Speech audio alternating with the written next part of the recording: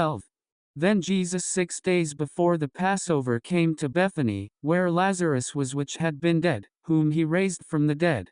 There they made him a supper, and Martha served, but Lazarus was one of them that sat at the table with him. Then took Mary a pound of ointment of spikenard, very costly, and anointed the feet of Jesus, and wiped his feet with her hair, and the house was filled with the odor of the ointment. Then saith one of his disciples, Judas Iscariot, Simon's son, which should betray him, why was not this ointment sold for 300 pence, and given to the poor? This he said, not that he cared for the poor, but because he was a thief, and had the bag, and bare what was put therein. Then said Jesus, let her alone, against the day of my burying hath she kept this. For the poor always ye have with you, but me ye have not always. Much people of the Jews therefore knew that he was there, and they came not for Jesus' sake only, but that they might see Lazarus also, whom he had raised from the dead. But the chief priests consulted that they might put Lazarus also to death, because that by reason of him many of the Jews went away, and believed on Jesus.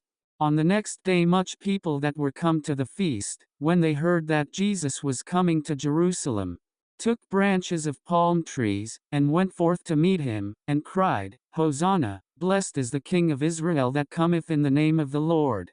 And Jesus, when he had found a young ass, sat thereon, as it is written, Fear not, daughter of Sion, behold, thy King cometh, sitting on an ass's colt.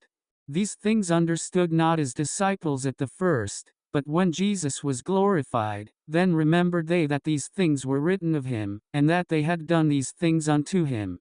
The people therefore that was with him when he called Lazarus out of his grave, and raised him from the dead, bear record. For this cause the people also met him, for that they heard that he had done this miracle. The Pharisees therefore said among themselves, Perceive ye how ye prevail nothing, behold, the world is gone after him. And there were certain Greeks among them that came up to worship at the feast. The same came therefore to Philip, which was of Bethsaida of Galilee, and desired him, saying, Sir, we would see Jesus. Philip cometh and telleth Andrew, and again Andrew and Philip tell Jesus.